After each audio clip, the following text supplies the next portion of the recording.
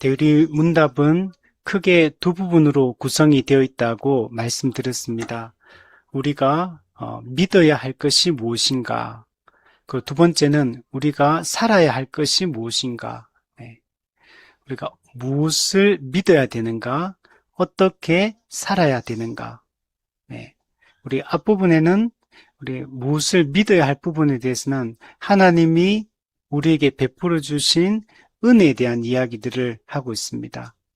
하나님께서 스스로 힘으로 구원받을 수 없는 죄의 문제를 해결할 수 없고 의의 문제를 해결할 수 없는 우리를 위해서 하나님께서 일방적으로 베풀어 주신 그 구원의 은혜, 그리고 그 구원의 은혜의 결과로 새로워진 우리의 존재에 대한 이야기들을 우리 하고 있고, 그래서 그 내용들은 주로 사도신경에 있는 그 신앙 고백의 내용을 중심으로 기록이 되어 있습니다. 그리고 우리가 어떻게 살아야 되는가?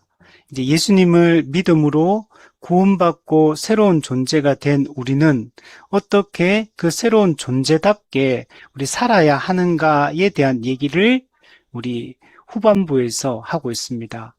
그래서 여기는 십자가 은혜, 6월절 어린 양의 피를 통해서 구원받은 하나님의 백성들이 이제 구체적으로 어떻게 살아야 되는가, 그 언약 백성답게 살아가는 것이 어떤 것인가를 알려주기 위하여 십계명을 중심으로 우리에게 많은 가르침들을 주고 있습니다.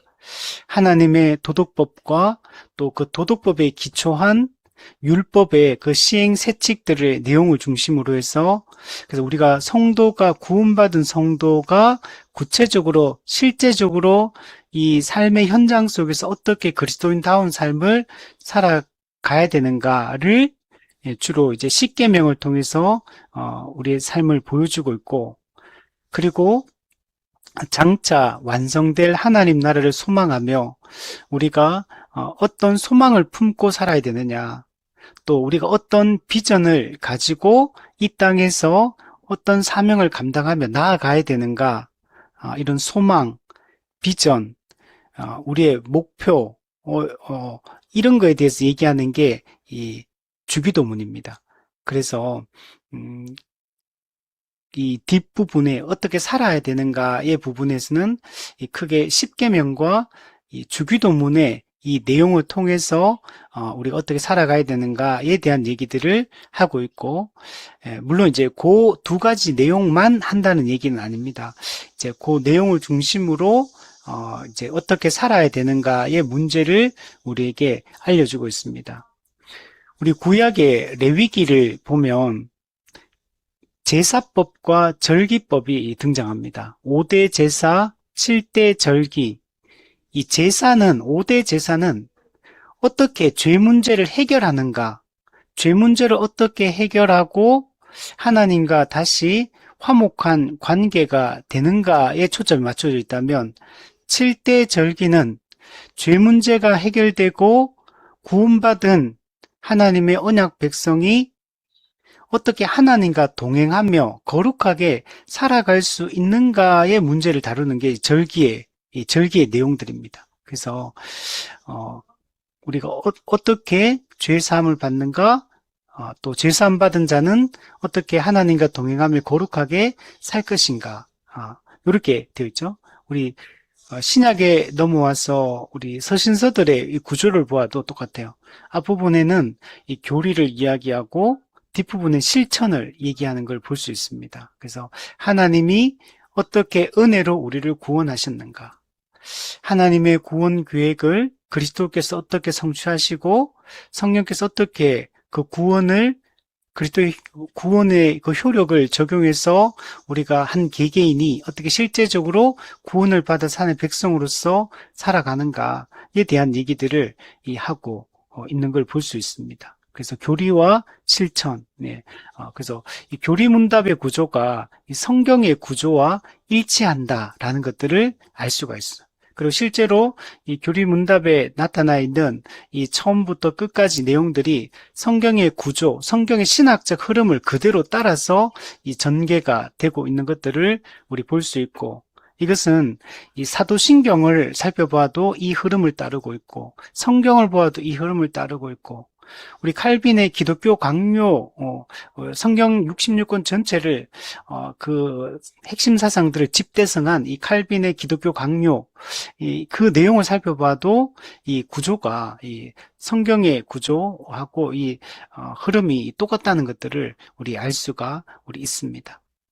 그래서 이 교리문답들, 뭐 대유리문답도, 소유리문답도 다 뭐 제네바 뭐 교리문답도 또 뭐 스코틀랜드 신앙 고백서, 프랑스 신앙 고백서, 벨직 신앙 고백서 뭐 다 똑같아요. 다 이 동일한 성경의 이 신학적 흐름을 따라서 이 모든 것들이 기록되어 있다. 그래서 크게 보면 무엇을 믿어야 되는가?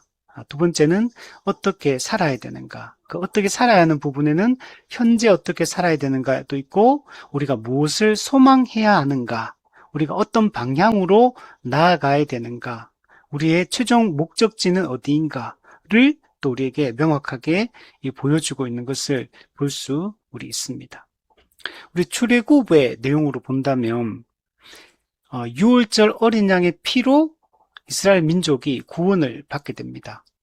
그래서 어린 양 피로 구원받고 난 이후에 이제 광야 생활을 이제 하게 되고, 그리고 이제 가나안 땅, 약속의 땅으로 들어가게 되는 걸 볼 수 있는데, 그러니까 출애굽의 그 6월절 어린 양의 피를 바르는 사건이 이 구원 사건, 예수님을 통한 이 구원 사건을 보여준다면, 광야 생활은 구원받은 사람이 이미와 아직 사이에서 우리 교회 시대 동안에 살아가는 것을 상징하고 있고, 약속의 땅 가나안에 들어가는 것은 완성된 하나님 나라에 들어가는 것을 상징을 하고 있습니다.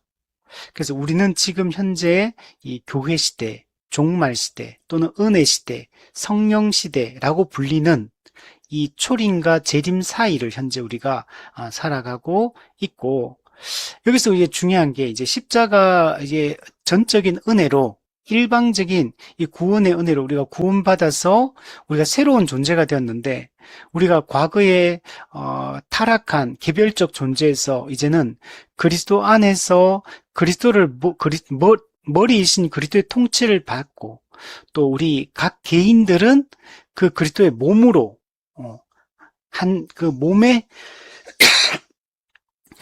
각 부분, 전체의 각 부분으로 지체로 존재하는 서로가 이제 이런 지체의 관계로서 우리가 그리스도의 통치를 받으며 살아가는 이런 새로운 존재가 된 거죠. 그래서 존재 방식 자체가 달라진 겁니다. 우리가 예수님을 믿기 이전에는 그냥 개별적 존재, 개인적 존재로 그냥 존재하고 있다면, 그리고 우리가 예수님을 믿는 순간 그리스도와 수직적으로 연합을 하면서 수평적으로 그리스도와 연합한 성도 개개인들과도 다 연합이 되어버립니다. 그래서 우리가 그리스도 안에서 시공간을 초월해서 우리가 그리스도 안에서 영적 연합, 신비적 연합을 이루게 되어서 존재 방식이, 그러니까 존재 자체가 달라진 거예요. 그래서 우리는 이제 구원받은 새 사람은 우리가 개별적 존재로, 개인적 존재로 이렇게 이해를 하면 안 되는 거죠. 우리가 교회적 존재, 공동체적 존재, 집합적 존재, 우리는 개인적 자아, 개별적 자아는 없는 겁니다. 우리는 이제 공동체적 자아를 갖고 있는, 우리는 그런 새로운 존재가 교회적 자아를 가지고 있다. 그래서 우리가 이제 우리의 존재 방식이 전혀 다른 존재로 이제 달라졌다는 걸 이제 깊이 우리가 이해를 하는 게 중요하고, 이제 그래야지만 우리의 삶의 방식이 거기서부터 나오는 거예요. 존재 방식이 달라졌기 때문에 살아가는 삶의 방식도 달라질 수밖에 없어요. 우리가 개별적 자아라면 개별적 삶, 개인적 삶을 살면 되지만, 우리가 이제는 개별적 자아는 죽고 없어지고 이제 공동체적 자아, 교회적 자아를 가졌기 때문에 우리가 공동체적 삶, 교회적 삶, 집합적 삶을 살아야 돼요. 이걸 성경에서는 한 몸 된 교회가 한 몸으로서, 한 가족으로 살아가는 이 삶이다. 이걸 성도의 교제, 성도의 교통이라고 이렇게 표현을 하고 있는 겁니다. 이게 정말 중요한 거예요. 존재의 변화, 그리고 그 존재다운 삶. 네. 그래서 우리가 이걸 정확하게 이해를 해야지만 성도답게 살아간다는 게 신앙생활을 잘한다는 게 무엇인가를 이해를 할 수 있는 겁니다. 근데 지금은 우리가 이걸 잘 모르다 보니까 그냥 신앙생활을 잘한다는 게 개인 경건 생활을 잘하는 것으로 축소되어 있는 겁니다. 그냥 내가 죄 짓지 않고 말씀 잘 보고 기도 열심히 하고 또 교회 봉사도 열심히 하고 그냥 교회 잘 다니고 그런 종교적 활동들 잘 하면 그러면 그게 신앙이 좋은 것이라고 생각하는 거예요. 신앙생활 잘하는 사람. 그러니까 신앙생활 잘하는 게 전부 다 이 개인 경건 생활 잘하는 것으로 축소되어 있는 거예요. 근데 그거는 잘하는지 몰라도 옆에 있는 한 몸의 지체에 대한 관심이 없고 옆에 있는 예수님께서는 내 이웃을 내 몸과 같이 내 자신과 같이 사랑하라.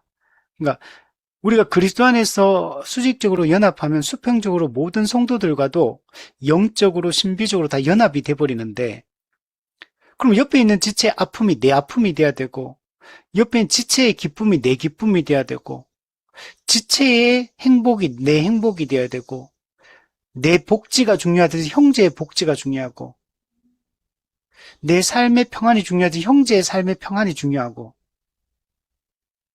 그러니까 내 아픔을 느끼듯이 형제의 아픔을 함께 느껴야 되는데 그런 것들은 별로 없고 그냥 나와 하나님과의 1대1의 그 관계가 잘 돼 있는 상태를 신앙이 좋은 상태라고 오해를 하고 있는 거죠. 그러니까 지체에게 교회 공동체에 관심이 없는 거예요. 그냥 단순히 이 말이 교회 열심히 나와라, 예배 다 참석해라, 뭐 교회 뭐 행사 다 참석해라 그런 이야기를 하는 게 아니라 옆에 있는 지체를 그리스도 안에서 한 몸, 한 가족으로 인식하느냐.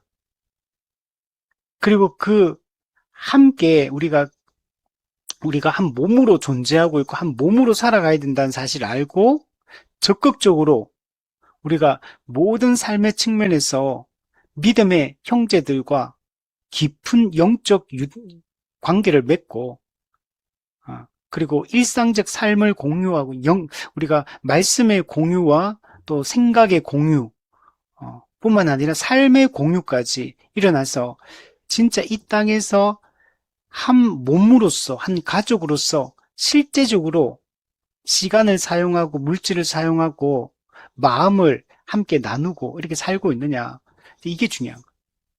철로역정에 보면 크리스찬과 소망, 크리스찬과 믿음이 좁은 길에서 함께 천국을 향해 나아가고 또 아름다운 그 궁전, 교회에서 이제 한 몸됨을 확인하고 성도의 깊은 교제를 통해서 하나님의 전신갑주로 무장해서 이 천국을 향해서 교회가 함께 나아가는데 우리가 이 땅에서 우리가 같이 가야 될 영적 순례의 동반자, 인생의 동반자라고 할 수 있는 사람은 성도들밖에 없어요. 거듭나지 아니한 교회 밖에 있는 불신자는 형제가 아닙니다. 믿음의 형제가 아니에요. 영적 형제가 아니고 삶의 동반자가 아닙니다. 순례의 동반자가 아니에요. 교제의 대상도 아니에요. 교제는 성도끼리만 가능한 거예요.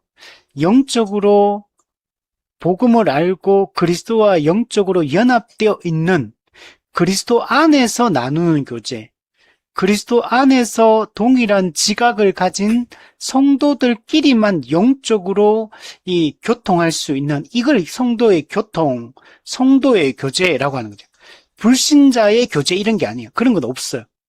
그래서 불신자는 영적인 측면에서 보면 불신자는 교제의 대상은 아니에요. 복음 전도의 대상, 구원의 대상으로 이해를 해야 돼요. 함께 인생의 동반자의 느낌으로 살아가는 게 아니에요.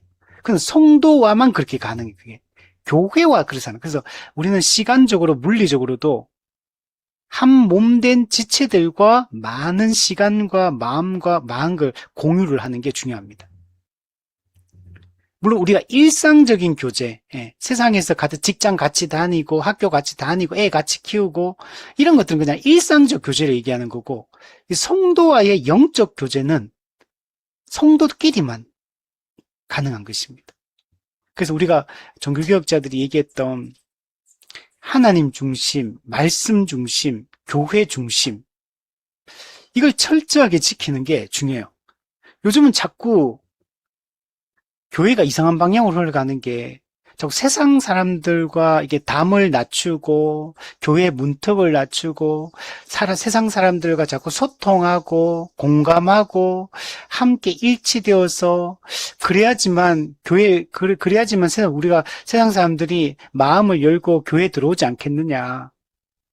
그래서 교회는 열린 공동체고 자꾸 문턱을 낮춰야 되고 세상과 소통하기 위한 접촉점을 마련하고 소통하기 위한 이런 노력들을 많이 해야 된다. 이런 이야기를 계속해요. 그래서 교회에 자꾸 뭐 직분이라든지 조직이나 제도라든지 문화라든지 이런 것들을 자꾸 세상 사람들이 믿지 않는 사람들이 보기에 거슬리지 않도록 그들이 보기에도 그냥 일반적으로 받아들여질 수 있는 방향으로 모든 게 수정이 되고 있어요. 이게 매우 잘못된 방향이에요. 그리고 교회는 닫힌 공동체지 열린 공동체가 아닙니다. 교회가 생각해보세요. 그게 세례를 준다는 게 뭐냐면 분리시키는 과정이에요. 성찬을 참여할 때도 아무나 성찬에 참여할 수 없잖아요. 분리시키는 거. 근데 에클레시아, 우리 구약의 여호와의 회중, 카할, 이 카할을 헬라어로 에클레시아라고 번역했거든요. 에클레시아 에크 플러스 칼레오, 에크 뭐뭐 밖으로, 칼레오 부르다, 밖으로 불러내서 구별시킨 무리를 에클레시아, 교회라고 표현하는 거예요. 교회 자체가 밖으로 불러내가 구별시킨 존재들인 거예요. 근데 교회가 세상과 섞일 수가 있는 존재가 믿는 자와 믿지 않는 자가 함께 할 수가 없어요. 그리스도와 벨리알이 함께 할 수 없어요. 빛과 어둠이 함께 할 수 없어요. 하나님이 하시는 일은 타락한 세상에서 분리시키는 작업을 하고 있는데, 그러니까 세례를 주는 것도 분리시키는 과정, 성찬도 분리시키는 과정, 권징을 하는 것도 분리시키는 과정, 등록을 하는 것도 분리시키는 과정. 교회는 기본적으로 겉으로 볼 때는 막 누구에게나 전도를 하니까 열린 공동체처럼 보여요. 그러나 교회가 시행하는 모든 것들이 교회 회원이 정확하게 구별이 돼요. 그리고 회원이 아닌 사람은 양육의 대상도 아니에요, 여러분. 교제의 대상도 아니고 양육의 대상도 아니고 권징의 대상도 아니에요. 교회 방문자들한테 아무 권한이 없어요, 교회는. 방문 말고 손님이고, 손님.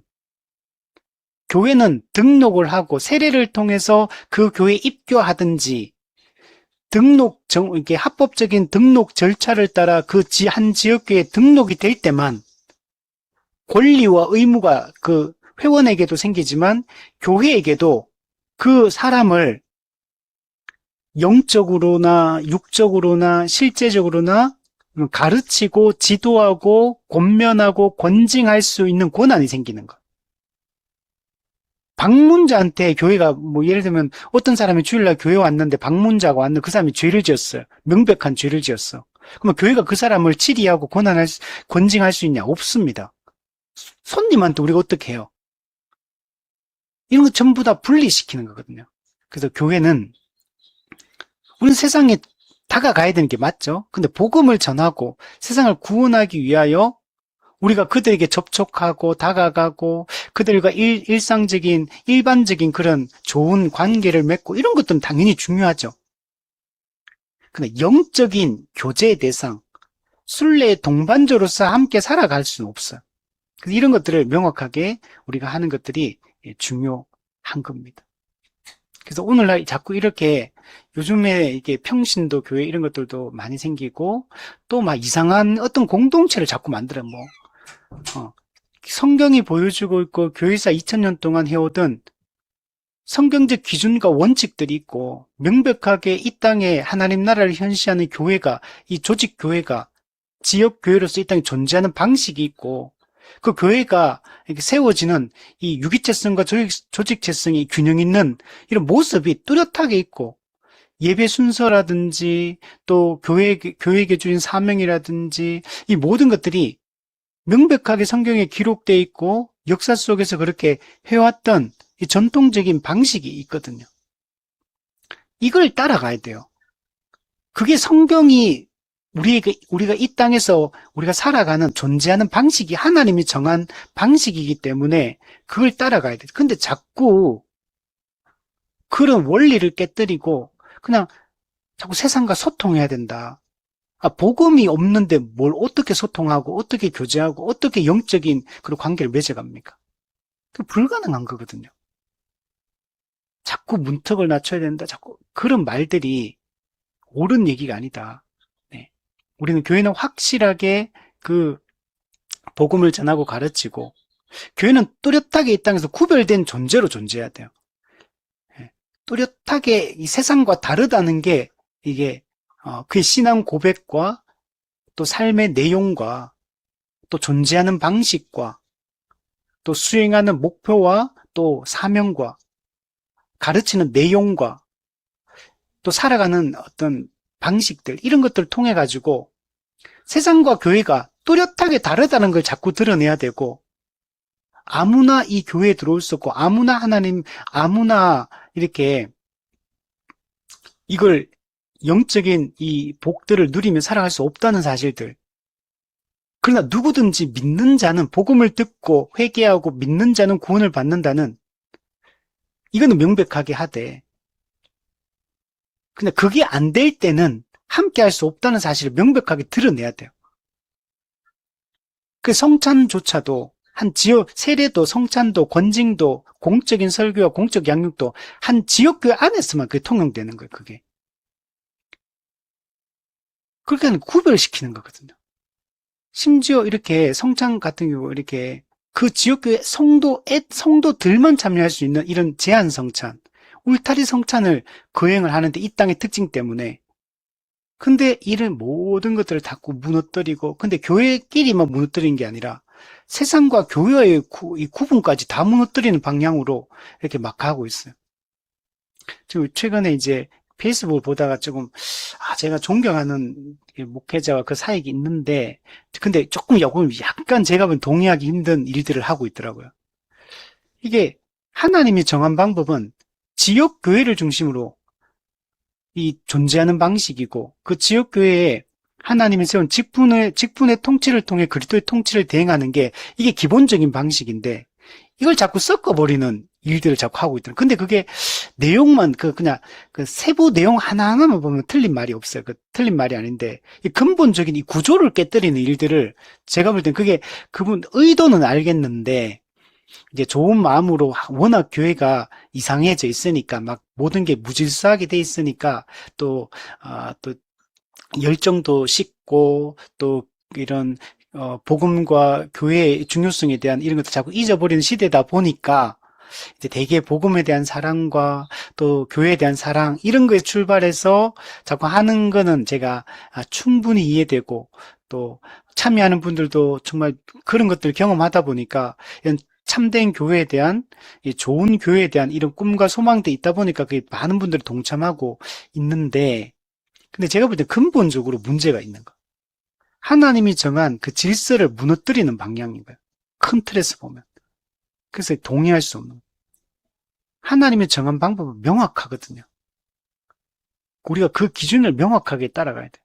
요즘에 목회자 없는 교회, 직분자 안 세우는 교회. 그건 조직 교회로서 이 땅에 존재하지 않고 유형적 교회로 존재하지 않고 그냥 자꾸 유기체성만 강조하고 무형적 교회 어떤 이런 것들만 자꾸 강조한 이런 방향으로 가면 이 땅은 이미와 아직의 한계 속에 있기 때문에 그런 교회가 세워질 수가 없거든요.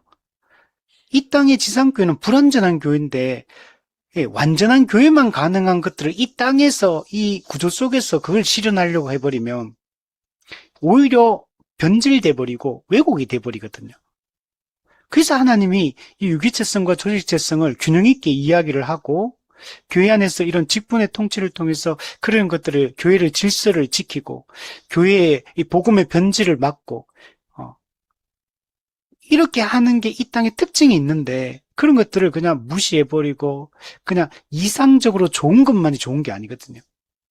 이 땅의 이 특징을 이해를 하고 이 땅에서 어떻게 우리가 이제 교회를 세워가야 될지 이런 것들을 바르게 이해를 해야지만 성경이 말하는 그런 성경적 교회를 우리가 이룰 수 있기 때문에 이게 2000년 동안 교회가 해왔던 일이고 우리는 그 올바른 그 전통들을 잘 따라가는 게 중요하다. 그리고 이런 삶을 살아갈 때 바르게 이렇게 이해를 하려면 은혜의 방편을 부지런히 사용해서 성경적 가르침을 잘 이해하는 게 중요합니다. 그래서 성경이 가르치고 있는 하나님 나라와 교회와 또 이 세상과의 관계성을 잘 이해하고 또 이 타락한 세상, 그러나 회복되어야 될 세상, 타락한 인간, 회복되어야 될 인간, 그리고 이미 예수님 믿음으로 또 회복된 사람, 이 교회, 그리고 회복된 교회가 또 실제로 이 땅에서 이미 임한 하나님 나라를 실제로 드러내고 누리며 현시하며 살아가고 있죠. 이런 여러 가지 특징들을 이해하고 우리가 어떻게 살아가야 되는가 이런 것들을 좀 정립을 할 필요가 여러분 있는 겁니다. 그래서 어떤 분들은 마음은 너무 순수하고 너무 정말 주님과 교회를 사랑하는 마음으로 하는데 이런 올바른 이런 이해가 부족한 상태에서 왜곡된 상태에서 또 하다 보니까 또 문제점들이 있고 또 어떤 분들은 또 이렇게 또 너무 열정이 없고 너무 복음에 대한 이 순수한 마음들이 또 없어서 그냥 세상과 타협하며 또 이 그냥 세상적인 이 마케팅 교회 이머징 처치처럼 그냥 이 세상을 그냥 따라서 세상적인 것들을 교회에 도입해서 그냥 교회를 이런 영적 공동체로 이해하는 게 아니라 그냥 회사 꾸리듯이 또 이렇게 나가고 그 메시지도 그냥 사람의 입맛을 맞추는 메시지, 사람들의 귀를 즐겁게 하고 당장 인간의 그 욕망을 합리화시켜주고 채워줄 수 있는 그런 변질된 메시지 이런 것도 또 얘기하고 이런 것들이 다 문제가 되는 거죠. 그래서 우리가 올바른 내용을 올바른 방향과 올바른 목표를 향해서 올바른 방식으로 해야 되고 그건 전부 다 성경적 방식이고 2000년 교회사가 보여주는 그 방식이고 그들이 했던 성경 해석과 그 가르침들이고 이런 것들을 우리가 잘 이해하고 이런 좋은 교회를 꿈꾸는 게 중요한 것 같아요.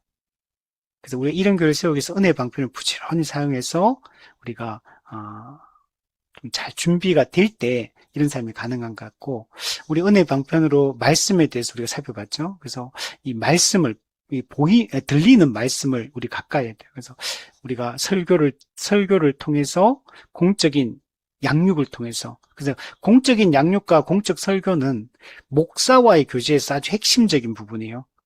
성도들은 목사와의 교제가 진짜 중요합니다. 이게 목사의 권위주의, 사제주의를 얘기하려고 하는 게 아니라 하나님이 정한 방법이에요. 그리스도의 통치는 직분의 통치를 통해 수행되기 때문에 그래서 직분의 통치가 제대로 이루어지고 직분자의 교제가 매우 중요합니다. 목자장이신 예수님은 목자를 세워서 그 목자를 통해 그리스도의 통치를 대리하게 하셨거든요. 그리스도의 위로를 대리하고 그리스도의 가르침을 대리하고 그리스도의 권면과 책망을 대리하고 다 그렇게 하신 거거든요. 그래서 이게 제대로 작동이 될 때 우리가 은혜를 받을 수 있는 거죠. 그래서 이런 들리는 말씀 우리가 잘 봐야 또 보이는 말씀 이 성례, 세례와 성찬 우리 세례를 바르게 받아야 되고 세례 교육, 세례 문답, 그다음 세례식 그리고 세례식 이후에 그리고 세례의 의미를 우리 지난주에 했듯이 계속 반복적으로 의미가 묵상돼야 된다 그랬죠. 세례는 딱 한 번 받는 건 재세례를 받을 필요는 없어요. 한 번 삼위 하나님의 이름으로 세례를 받으면 되지만 그러나 세례의 의미를 계속 기억하고 되새기는 것은 매우 중요합니다. 그래서 세례의 의미를 교회가 계속적으로 되새길 수 있도록 구원론적 의미와 또 교회론적 의미를 되새길 수 있도록 하는 것들은 매우 중요합니다. 근데 지금 그런 작업들이 한 번 세례받았으니까 땡, 나 이미 세례받았으니까 땡 이렇게 되는 거예요. 그러면 세례의 그 의미, 구원론적, 교회론적 의미를 되새기는 과정이 없으면 그럼 성도가 강건할 수가 없어요. 우리 철로역정에도 아름다운 궁전 교회에 들어가가지고 세례 줄 때도 엄청나게 엄격하게 세례 문답을 하고 세례 교육을 하고 세례 문답을 하고 세례식을 거행하고 그리고 한 몸 된 교회로 입교 받아들이는 거. 입회가 되는 거죠. 교회에 속하는 거죠. 공식적으로 신앙 고백을 하고 하나님의 언약 공동체에 속하게 되는 세례. 그래서 한 몸 된 이제 성도들과 성도의 교제를 나누며 충만함을 누리며 이제 살게 되는 거죠. 그래서 똑바로 해야 되고 성찬, 오늘 우리 공부할 성찬 바르게 시행이 돼요. 성찬의 의미를, 구원론적 의미와 교회론적 의미를 제대로 이해하고 또 성례가 집행되는 이 과정, 성찬이 시행되는 이 과정도 되게 중요하고 그때 이 성찬을 집례하는 집례자가 바르게 집례하는 게 중요하고 또 성찬 참여하는 수찬자가 또 어떤 마음과 태도로 또 이 성찬에 참여해야 되는가 이 되게 중요합니다. 이 보이는 말씀, 보이는 복음, 들리는 말씀만으로는 부족하기 때문에 이 보이는 말씀을 예수님께서 직접 주신 거거든요. 우리가 공적 설교와 공적 양육, 또 성도들의 개인적인 이 성경 읽기, 성경 연구, 이것만으로 또 성도 서로 간의 피차 권면하고 가르침, 이것만으로 부족하기 때문에 들리는 말씀만으로 부족하기 때문에 보이는 말씀을 주신 거예요. 우리가 이 땅의 임의와 아직 속에 살고 있기 때문에 여러분 들리는 말씀만으로 충분하지 않아요. 그래서 세례와 성찬이라는 이 보이는 말씀을 통해서 이 복음을 가시적으로 우리한테 보여주고 있는 거예요. 우리 오감을 통해서 복음을 눈으로 보고 맛볼 수 있도록 실제적으로 이것을 경험할 수 있도록 주신 게 이 보이는 말씀이거든요. 그러니까 교회가 이 세례와 성찬에 대해서 큰 의미를 둬야 돼요.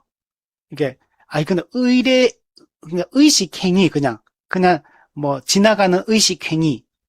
세례는 딱 한 번, 성찬은 뭐 1년에 몇 번씩 그냥 반복적으로 시행되는 그것도 의식 중에 하나. 뭐 그냥 이 정도로 의미로 받아들이면 안 된다는 거예요.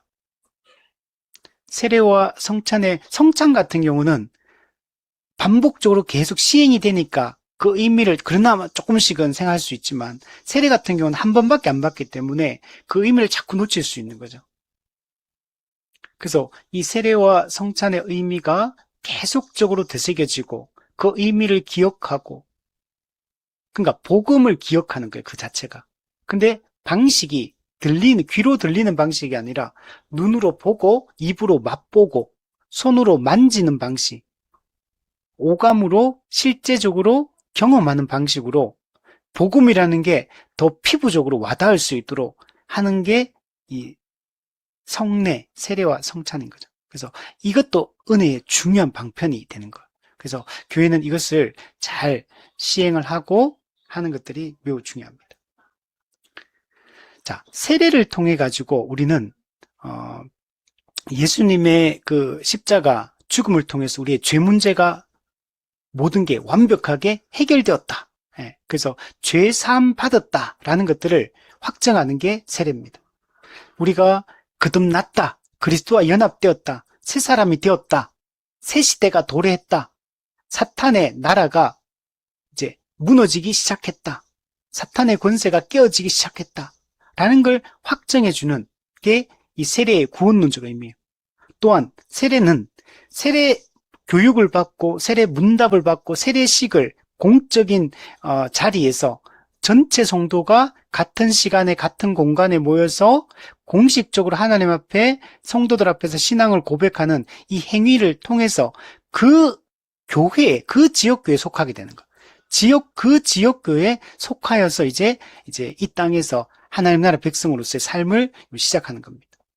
우리는 시공간의 제약 속에 살고 있고 이미 아직 사이 살고 있기 때문에 반드시 한 지역교회에 속하여 살아가야 돼요. 여러 지역교회에 걸쳐놓고 여기 갔다 저기 갔다 여기 갔다 그렇게 하면 안 되는 겁니다. 공적 설교, 공적 양육, 또 권면, 권징, 공적인 지도, 이 모든 것들을 그 생활 지도, 삶의 지도, 생활 지도까지도 교회는 할 수 있는 권한이 있거든요. 그리고 하지 않을 때는 벌 줄 수 있는 권한까지 교회가 있거든요.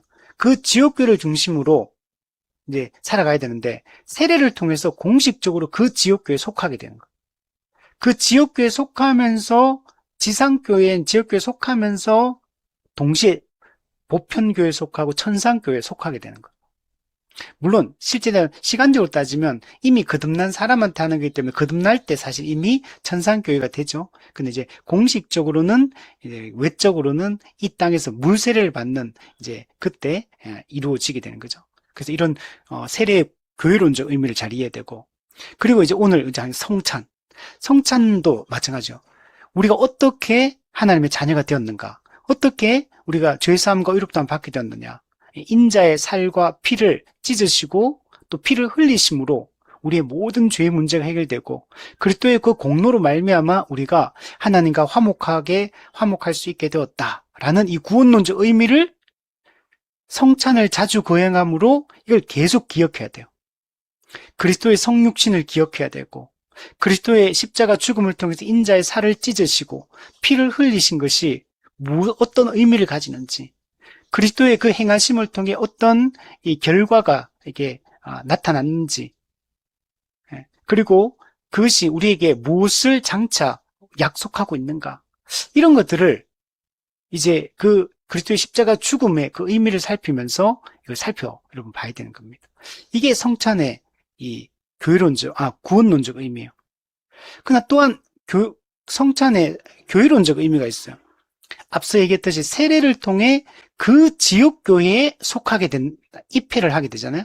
성찬은 뭐냐면 내가 이 지역교회의 한 몸, 한 가족이다. 내가 헌신하고 내가 충성하고 내가 돌보고 내가 나누고 내가 권면하고 내가 책망하고 내가 섬기고 내가 구제하고 해야 될 대상이 누구인가를 확인하는 시간이 성찬이에요. 그래서 성찬에 참여할 때 아무나 참여를 하면 안 되는 거예요. 그 지역교회 정회원만 참여해야 되는 거예요. 왜냐면 여러분 세례를 받을 때 내가 세례 받으면서 예를 들면 대구 교회도 속하고 서울 교회도 속하고 미국 교회도 속하고 이렇게 안 되잖아요. 세례를 받으면 한 지역교회에 등록이 되는 거예요. 내가 세례 받은 그 지역교회에 등록되는 거지, 세례를 받을 때 여러 교회에 내가 동시적으로 등록되는 게 아니에요. 마찬가지로 성찬이 바로 통일한 거예요.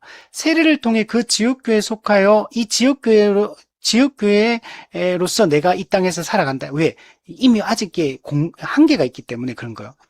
그래서 지역교회 반드시 속하여서 지상교회에 속하여 살아가야 돼, 우리는. 그래서 그 지역교회에 속하여서 내가 헌신하고 섬기고 돌보고 나누어야 될 대상이 누구인가를 명확하게 확인하는 시간이 성찬 시간이에요. 그 성찬을 할 때는 그 교회 방문자들, 정회원이 아닌 방문자들 또는 다른 교회 성도들하고 그 지역교회 성도들하고 딱 구분이 돼야 돼. 눈으로 확인이 돼야 돼. 어떻게? 그 떡과 포도주를 받아 마시는 걸 통해 가지고 누가 우리 교회 성도인가, 누가 이 땅에서 한 몸 한 가족으로 살아갈 대상이고 1차적으로 헌신해야 될 대상인가를 명확하게 해야 돼요. 우리가 이 땅에서 모든 그리스도인과 다 돌보면 좋죠, 물론 보편교회로서. 근데 우리는 한계가 있잖아요. 우리가 어떻게 미국 교회도 돌보고 중국 교회도 돌보고 일본 교회도 돌보고 한국 교회도 어떻게 돌봐요? 아니 같은 대구에 살아도 우리 옆 동네에 있는 교회도 내가 못 돌보고 누가 있는지도 모르는데 이 땅에서 그 모든 사람 어떻게 돌보며 어떻게 그들을 위해 기도하며 살겠습니까? 우리는 시공간의 제약 속에 살고 있는 거예요. 이미와 아직이라는 이 한계 속에 우리가 살고 있는 거예요. 그래서 우리가 이 땅에서의 삶의 방식은 지역교회 그 어떻게 보면 아주 작은 단위의 그 지역교회에 속하여서 그 사람들이 1차적 사랑의 대상, 교제의 대상, 섬김의 대상, 봉사의 대상, 교제의 대상, 1차적으로는 그들이에요. 물론 우리는 거기서 끝나면 안 됩니다. 우리 교회 말고 다른 교회가 연합해야 돼. 다른 교회들과 성도들과도 교제하는 시간을 갖는 게 중요합니다. 그러나 그거는 내가 속한 지역교회 성도들하고는 차이가 날 수밖에 없어요. 물리적으로도 시간적으로도 어떻게 똑같이 합니까? 할 수가 없어요. 어떻게 똑같이 교제하고 어떻게 대화를 하고 어떻게 그들을 위해 기도하고 합니까? 그거 불가능합니다. 그래서 하나님께서 이 땅에 타락한 이 세상의 구조 속에서는 지역 교회를 중심으로 살아가는 거야. 그래서 성경에서 교회라고 뭔가 표현할 때 서로 사랑해라, 서로 섬겨라, 서로 돌봐라, 서로 권면해라, 서로 비판하지 말라, 서로 위로해라. 자, 교회에게 다 하는 말인데 개인에게 하는 말이 아니에요. 성경에서 하는 얘기는 다 교회에게 하는 말이지 개인에게 하는 말이 아니에요. 우리는 개인이 없어. 아까 말했죠. 개별적 자아는 사라지고 없어. 우리는 공동체적 자아를 가지고 한 몸의 지체로 살고 있기 때문에 그렇게 인식 자체를 그렇게 해야 되고 이제 그렇게 살아가는 게 이 땅에서 이 지역교회를 중심으로 해서 그게 현실화가 돼야 되고 실제화가 여러분 돼야 되는 겁니다. 그래서 성찬을 통해서 그게 구분이 돼야 돼요. 그래서 성찬 받을 때 딱 구분돼야 돼. 누가 우리 교회 성도인가, 누가 우리 교회 성도가 아닌가가 구별돼서 그게 1차적으로 서로가 확인돼야 돼. 그래서 할 수 있으면 일어서게 한다든지 아니면 앞으로 나와서 받으라고 한다든지 그렇게 하는 게 좋아요. 그러나 그 자리에 앉아서 하면 잘 표가 안 나. 누가 누군지. 물론 바로 옆에 있는 사람은 이 사람은 안 받는 거 보니까 우리 교회 성도가 아니구나 알 수 있죠. 근데 내 건너 있는 의자에 앉아 누가 앉아 있는지도 모르고 누가 내가 섬겨야 될 대상인지 기도의 대상인지 섬김의 대상인지 알 수가 없어요. 제일 좋은 거는 앞으로 한 명 한 명씩 나와가지고 떡을 받고 잔을 받게 하는 게 제일 좋아. 그래서 누가 나가면서 그만 성도들끼리 나가면서 서로가 서로를 보잖아요. 누가 성찬을 받아 먹는지를 보면서 이 사람이 우리 교회 성도구나. 이 사람이 교제의 대상이고 섬김의 대상이고 위로의 대상이고 내 구제의 대상이구나. 내가 한 몸으로 이 땅에서 가장 1차적으로 가깝게 살아가야 되고 함께 살아갈 때 사람이 누구인가를 서로가 서로를 확인해야지. 그래야지 한 몸된 교회적 삶이 가능한 거. 그래서 성찬은 이런 울타리 성찬, 제한 성찬, 지역교회 성도들이 참여해서 하는 이런 성찬이 되어야 돼요. 그래야지만 진짜 이 땅에서 하나님이 지역교회로 살게 하신 그 방법을 알게 되는 거예요. 물론 우리는 보편교회입니다. 우리는 천상교회요, 보편교회요, 비가시적 교회요, 비가견적 교회요, 무형교회입니다. 우리는. 근데 그게 이미 아직 한계 속에 있기 때문에 반드시 지역교회, 유형적 교회, 지상교회, 그게 그 보편교회가 지역교회로 존재하고 있는 거. 보편교회가 어디 있습니까? 라고 물어본다면 네, 지역교회로 지금 존재하고 있습니다. 이렇게 말해야 되는 거야. 보편교회와 지역교회가 다른 게 아니에요. 지금은 보편교회가 지역교회 형태로 이 땅에 존재하고 있는 거야. 그래서 우리가 세례를 줄 때도 성찬을 할 때도 권증을 할 때도 지역교회 성도들에게만 할 수 있는 거. 한계가 있기 때문에 나중에 하나님 나라가 완성되고 천국에 가면 이런 구분이 없어. 천상교회 자체가 그냥 지상교회고 그냥 그 하나님 나라에 있는 모든 성도가 그냥 성도고 하나의 백성이고 한 몸이고 그때는 이런 구분이 필요가 없어지죠. 근데 지금은 우리가 그런 상태가 아니기 때문에 이 시대적 특징을, 이미와 아직의 이 시대적 특징을 이해하고 이 땅에서 교회로서 잘 살아간다는 게 무엇인가를 바르게 이해하는 게 매우 중요한 거예요. 자, 오늘은 168문부터 170문까지 짧게 이 내용을 한번 살펴보고, 그 성찬의 기본적 의미들을 한번 살펴보고, 다음 주에는 이 성찬을 어떻게 바르게 시행하고 집례해야 되는가. 이게 되게 중요하거든요. 성찬과 관련해서 지금 성찬의 의미가 제대로 좀 잘 이해가 안 된 분들도 있고, 또 성찬을 참여하고 집례하고 누가 참여할 수 있고 누가 참여하면 안 되고, 성경에 있는 이런 구절들의 내용들을 바르게 이해할 필요가 있습니다. 그럼 성찬은 진짜 중요한 거거든요. 저희 교회는 한 달에 한 번씩 성찬을 참여하는데, 한 달에 한 번 이렇게 해도, 그러면 되게 좀 자주 하는 편이잖아요. 1년에 12번을 하는 거니까. 자주 하면, 좀 매너리즘에 빠지지 않을까? 또 좀 식상해지지 않을까? 맨날 똑같은 형식으로 똑같이 그렇게 성찬을 뭐 한 달에 한 번씩 하면 좀 지루해지지 않을까? 좀 형식적으로 참여하지 않을까? 이런 생각을 할 수 있거든요. 근데 실제로 해보면 그렇지 않습니다. 예. 성찬을 우리가 먼저 설교를 통해서 성찬의 의미를 충분히 설교를 통해 얘기하고 나서 똑같은 멘트로 똑같은 형식으로 거행을 해도 항상 성찬의 은혜가, 새로운 은혜가 있어요. 이 복음을 들을 때 우리가 은혜 받듯이, 들리는 말씀을 통해 은혜 받듯이, 우리 들리는 말씀도 그렇잖아요. 목회자가 무슨 완전 새로운 얘기를 하는 게 아니잖아요. 늘 복음에 대한 얘기를 하는 거거든요. 근데 뭐, 그렇게 많이 설교도 그렇게 많이 양육받고 해도 사실 그 복음에 대한 똑같은 얘기를 계속 반복하는 거거든요. 어떻게 보면. 물론 좀 더 깊이 있게 좀 다르게 다른 유화에서 이렇게 하겠지만, 근데 요약 정리해보면 사실 같은 얘기를 반복하는 거. 본문이 바뀌어도 똑같거든, 사실은. 에베소스를 하든 골로새 하든 상황과 사건과 내용은 다르지만 메시지를 보면 똑같은 복음에 대한 메시지를 전하는 거거든요. 근데 그게 지루하지 않고 은혜가 되고 새롭듯이 성찬도 여러분 똑같아요. 그래서 이 성찬은 자주 거행하는 게 좋다. 그래서 어떤 교회는 매주 하는 교회들도 있어요. 우리 초대교회는 매일 했잖아요. 매일 애찬식 가운데 성찬이, 공동 식사 가운데 곧바로 성찬이 동시에 지는지 초대교회는 과도기적으로.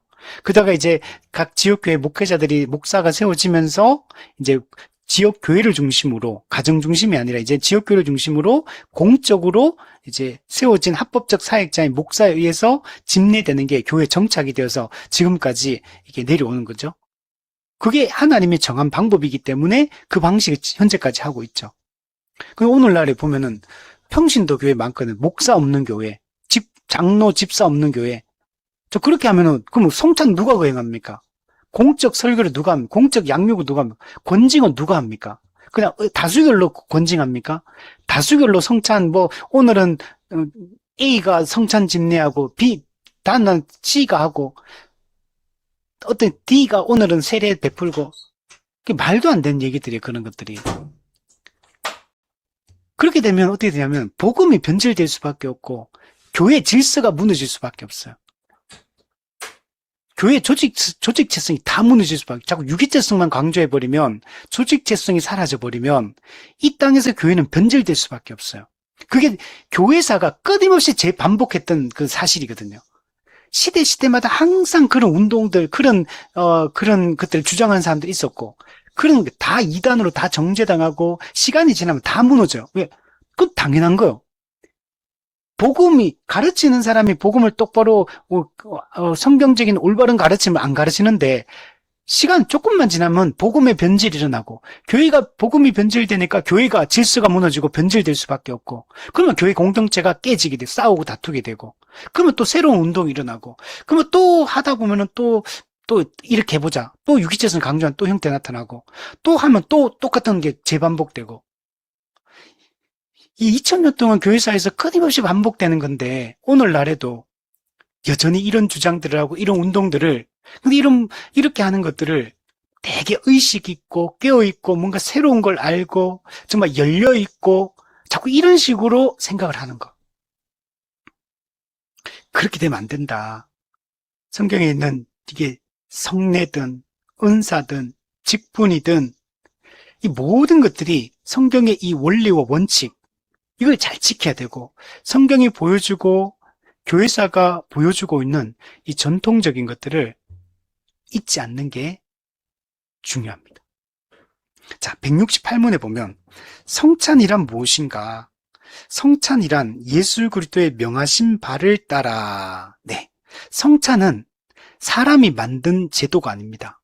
의식이 아니에요. 예수 그리스도께서 직접 제정하셨습니다. 예수님이 이 십자가에 못 못 박히기 전날, 예, 목요일 저녁에 제자들과 다락방에서 유월절 만찬합니다. 그 유월절 만찬, 구약의 유월절 만찬을 거행하는 그 순간에 예수님께서 인자의 살을 먹지 않고 인자의 피를 마시지 않으면 너희가 나와 상관없다. 그러면서 이 떡을 먹고 이 잔을 먹고 이것을 기억해라. 죽을 때까지 이걸 전해라. 이런 얘기를 예수님 하시거든요. 그게 뭐냐면 그 유월절 만찬이 성만찬으로 의미가 달라지는 거예요. 그게 뭐냐, 새 언약을 체결하는 언약 체결식입니다. 성만찬 그 자체가. 그래서 새 언약이 체결되어지고 그 다음날 잡혀가가지고 십자가에 못 박혀 죽으심으로 새 언약을 성취하시고, 그리고 새 언약을 성취하심으로 새 언약의 은혜를 우리가 누리게 되었고, 예수님이 재림하셔서 최후 심판을 통해서 새 언약을 완성하시게 되는 것. 구약의 이스라엘 백성들은 옛 언약을 무너뜨렸거든요. 실패했거든요.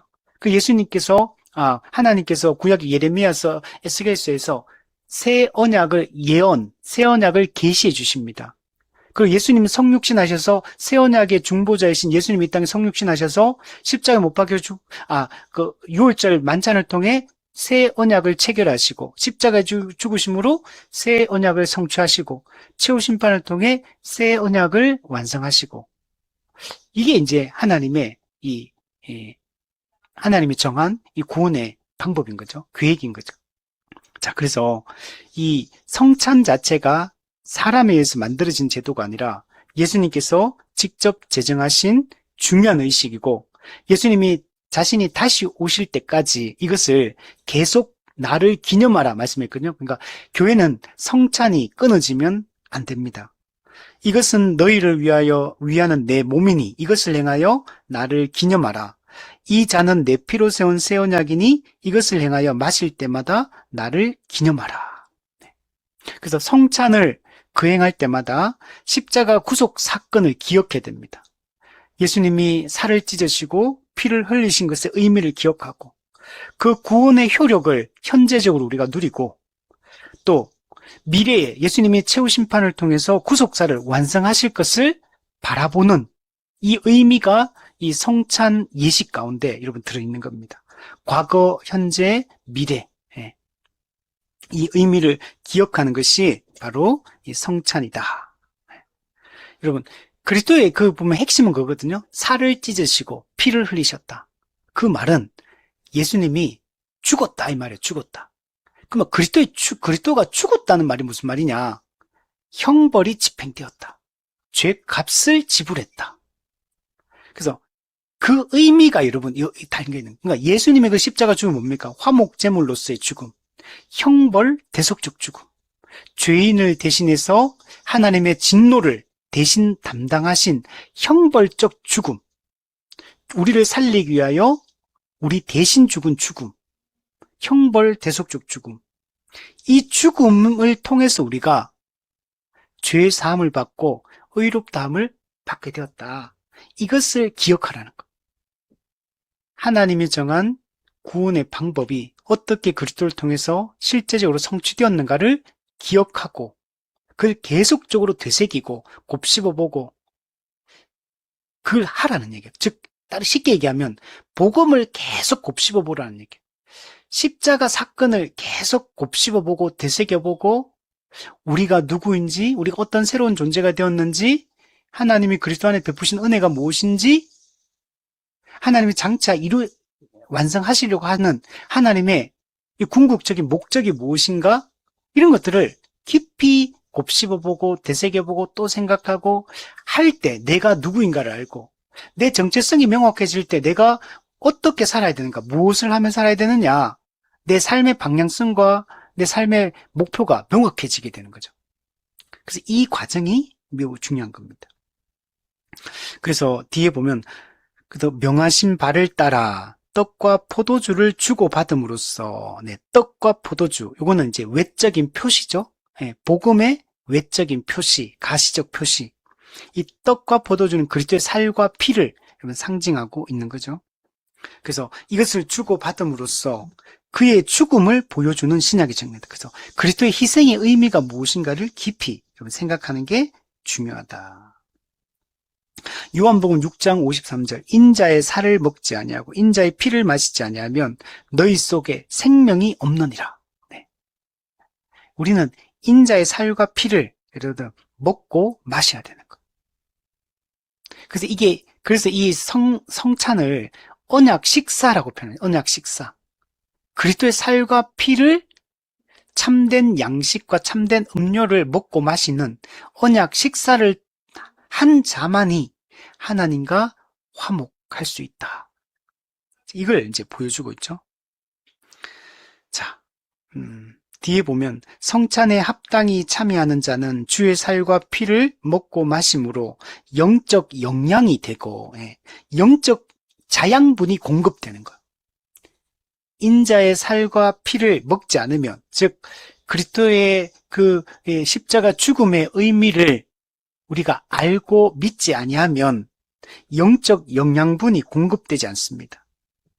근데 우리가 이 성찬에 참여하게 되면 영적 영양분, 복음이 주는 그 영양분이 우리한테 공급이 되고, 그러니까 우리가 그 영양분이 공급되고 어떻게 됩니까? 자라게 되죠. 그래서 은혜 가운데 우리가 점점 더 성숙한 자로, 그리스도를 닮은 자로 자라가게 되고, 이것을 그래서 이 성찬을 통해 가지고 예수님과의 연합, 예수님과의 교제, 교통이 더 확고해집니다.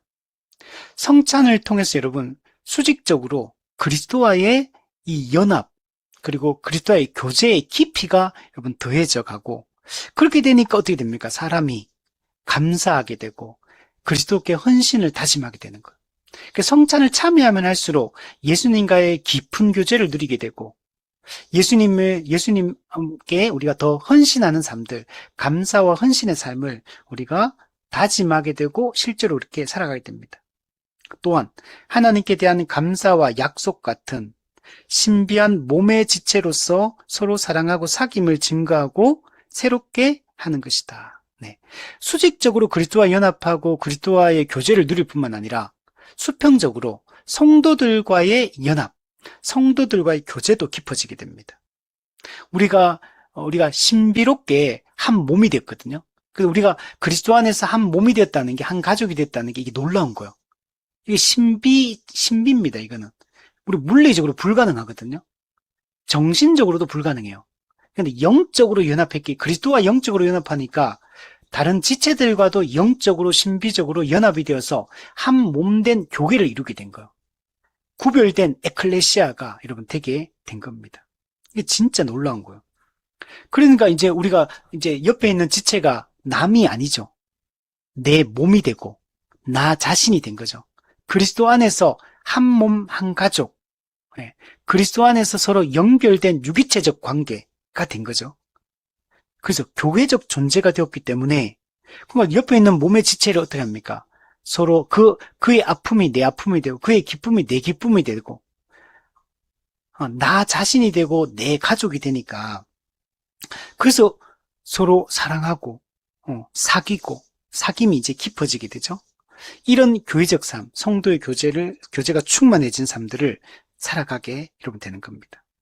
자, 그래서 정리하면 성찬을 그래서 우리가 자주 거행하고, 성찬의 의미가 집례자가 되게 중요합니다. 집례자가 성찬을 거행할 때 말씀을 통해서 성찬의 의미를 충분히 설명해 줘야 돼요. 그 수찬자는 그 의미를 듣고 그 의미를 이해한 상태에서 떡과 포도주를 먹고 마시면서 거기 함께 참여하는 지체들과 깊은 유대감을 형성하고, 그 성찬의 그 성찬 가운데 또 부어지는 하나님의 은혜를 충만하게 누리게 돼요. 조금 이따가 제가 얘기하겠지만, 이 성찬을 할 때 우리는 우리 개혁파들은 영적 임재설을 우리는 이제 믿거든요. 그게 올바른 성경적 가르침을 보는데, 이때 우리가 성찬의 떡과 포도주를 먹고 마시면 어떤 일이 나면 성령님에 의해서 하늘에 계신 예수님께로 우리가 올라가게 되는 거. 영적 임재설은 뭐냐면 그리스도가 하늘에서 땅으로 내려온다는 말이 아니에요. 우리가 떡과 포도주를 먹고 마실 때 성령님께서 우리를, 그리스도와 연합한 우리를 하늘로 데리고 올라가 가지고 하늘에 계신 그리스도의 몸과 피에 참여하면서 그리스도와의 교제를 누리는 거예요. 이걸 영적 임재설이라 그래요. 이 의미를 잘 알아야 돼. 이 의미를. 우리가 에베소서 2장 8절에 보면 우리가 그리스도와 함께 하늘에 안치운 자가 되었다 이렇게 표현해요. 우리 예수 믿을 때 여러분 함께 일으킴을 받는다. 우리가 영적으로 살아나요. 그 영적으로 살아나서 어떻게 되냐? 영적으로 하늘에 계신 그리스도와 함께 하늘에 안치운 자가 되는 거예요. 지금 우리는 몸이 땅에 있잖아. 땅에 있는데 영적으로 우리는 그리스도와 함께 하늘에 지금 있어요. 승천하신 그 그리스도와 함께 현재 우리가 그리스도와 함께 안치운 자, 함께 그 있는 존재가 되었다. 이게 우리거든요.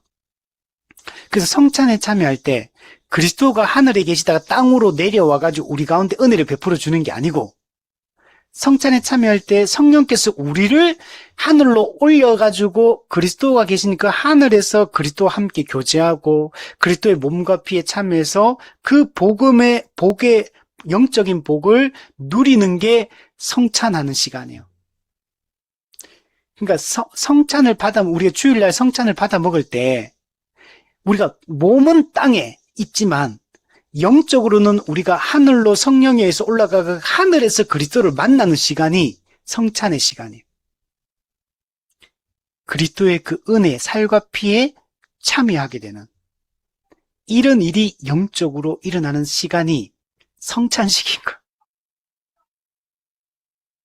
그래서 우리가 이것을 잘 알 필요가 있습니다. 자, 밑에 요거 한 가지 더 얘기하면 아까 들리는 말씀은 귀로만 듣는 거예요. 복음을 귀로만 듣는 거예요. 근데 성례, 세례와 성찬은 오감으로 복음을 느끼고 맛보는 거, 경험하는 거. 그래서 시각적으로 눈으로 봅니다. 떡과 포도주를 보여줘요. 그래서 저도 성찬식을 거행할 때 항상 제가 이렇게 얘기하거든요. 빵을 안 찢어놔요. 잔도 따라 놓지 않습니다. 한 떡, 한 잔. 그래서 한 떡을 탁 갖다 놓고 빵을 가지고 와서 카스테라로 빵을 딱 갖다 놓으면 제가 보여주면서 이게 나누면서 빵이 찢어지듯이 그리스도의 몸이 찢어졌습니다. 이걸 가시적으로 보여주는 거, 눈으로 보게 하는 거.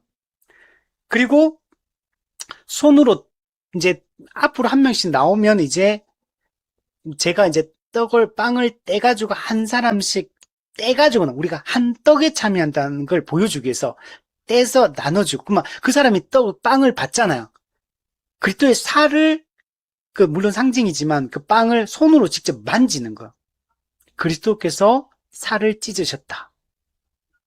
그리고 입에 넣어서 맛보죠. 미각, 맛을 느끼잖아요. 그리스도의 은혜, 복음의 은혜를 맛보는 거, 실제적으로. 그 냄새, 후각, 냄새도 맞아. 빵의 냄새, 포도주의 냄새 나잖아요. 이게 모든 것을 시각화하고 실제화시키는 거예요. 그래서 보이는 복음, 보이는 말씀이라고 얘기하는 거예요. 들리는 말씀, 귀로만 들어도 우리가 복음을 알 수 있고 돼요. 근데 아까 말했지만 이미와 아직 사이에 있기 때문에 들리는 말씀만으로는 복음의 은혜가 충만하게 우리한테 전달이 안 돼요. 그건 한계가 있어요. 들리는 말씀이. 그래서 보이는 말씀을 통해서 복음을 오감으로 경험할 수 있도록, 느낄 수 있도록. 그래서 복음이라는 거 우리가 더 실제적으로 이게 경험할 수 있도록 하는 게 성례고 성찬인 거예요. 그래서 이 과정이 매우 중요합니다. 잔도 마찬가지죠. 우리가 잔을 할 때 미리 따라 놓지 않습니다. 우리가 한 잔에 참여한다. 한 피에 참여한다라는 걸 보여주기 위해서 이 포도주가 부어지듯이 그리스도께서 우리를 위하여 피를 흘리셨습니다. 라고 말하고 나서 이제 나오면 그걸 따라서 이제 그걸 먼저 상징적으로 그 행동을 하고 나서 이제 그 자리에서 한 잔에다가 이제 따라요. 제가 따르는데 그러면 성도들은 그걸 다 보는 거죠. 우리가 한 피에 참여하고 있고 우리는 한 피에 참여한 한 몸이라는 사실을 한 몸으로서 한 피에 참여해서 우리가 먹고 마시고 한 지역교회로서 이 땅에 우리 살아간다는 걸 눈으로 직접 보는 거죠. 그리고 맛보고 냄새도 맡고 이런 이걸 상징적으로 행동적으로 보여주는 게 매우 중요한 거예요. 그래서 외적인 표시, 가시적 표시라고 하는 거예요. 세례 때도 마찬가지로 물을 실제로 뿌리면 물이 탁 얼굴에 맞으면 느껴지잖아요. 그리스도의 피가 뿌려짐으로 우리의 모든 죄가 깨끗하게 씻겨졌다라는 걸 물을 뿌리고 또는 더 좋은 거는 침례에 보면 더 좋을 것 같기도 해요. 물에 푹 잠겨가지고 온몸으로 물을 느끼는 거지. 그리스도의 피에 잠겨가지고 우리의 모든 죄가 완벽하게 깨끗해지고 씻겨졌다. 그리고 또 침례는 좋은 게 이런 것도 있어요. 물에 푹 잠가버린 거예요. 숨 못 쉬도록. 그럼 막 캐캐캐캐 끓으면서 이제 막 죽을 듯이 그러겠죠. 물 마시고 막.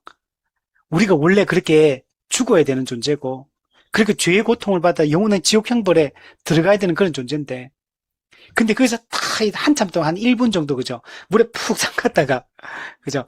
쫙 꺼내주는 거죠. 그래서 숨을 팍 쉬면서 영적으로 살아난 기쁨 가시적으로는 그게 좋을 것 같아. 그러나 뭐 세례든 침례든 의미적으로는 똑같아요. 사실은 의미적으로는 뭐 꼭 그걸 해야 되는 건 아니에요. 그래서 똑같은 의미다. 자, 어쨌든 그러나 그때 피로 말면 우리의 모든 죄가 씻겨졌고 우리가 영적 생명으로 다시 살아난 존재가 되었다라는 걸 실제적으로 눈으로 보고 느낄 수 있도록 맛볼 수 있도록 만질 수 있도록 하는 게 이거예요. 그래서 여러분 우리가 들리는 말씀 복음을 잘 듣고 하는 것으로도 은혜를 받지만 성찬에 참여하고 세례를 받는 이런 과정들을 통해 가지고 또 이런 보이는 형태로 가시적으로 참여하는 형태로 했을 때 더 실제적으로 복음의 은혜가 또 와닿는 측면이 있어요. 들리는 말씀으로는 안 되는 것들이 보이는 말씀을 통해서 더 와닿을 수 있어요. 말로만 설명하는 것과 몸으로 실제적으로 그것을 해보는 건 다르잖아요. 실습을 해보는 다르거든요. 그래서 우리가 성찬의 은혜를 사모해야 돼요. 교회는 반드시 일주일 전에 공고를 해야 됩니다. 몇 월 며칠 성찬을 거행합니다. 주보에 반드시 공고를 해야 되고 그 모든 성도는 미리 공고된 그 성찬의 날짜를 보잖아요. 그러면 성도들은 그날 성찬의 은혜를 사모하면서 복음의 은혜를 사모하면서 그 날을 준비해야 돼요.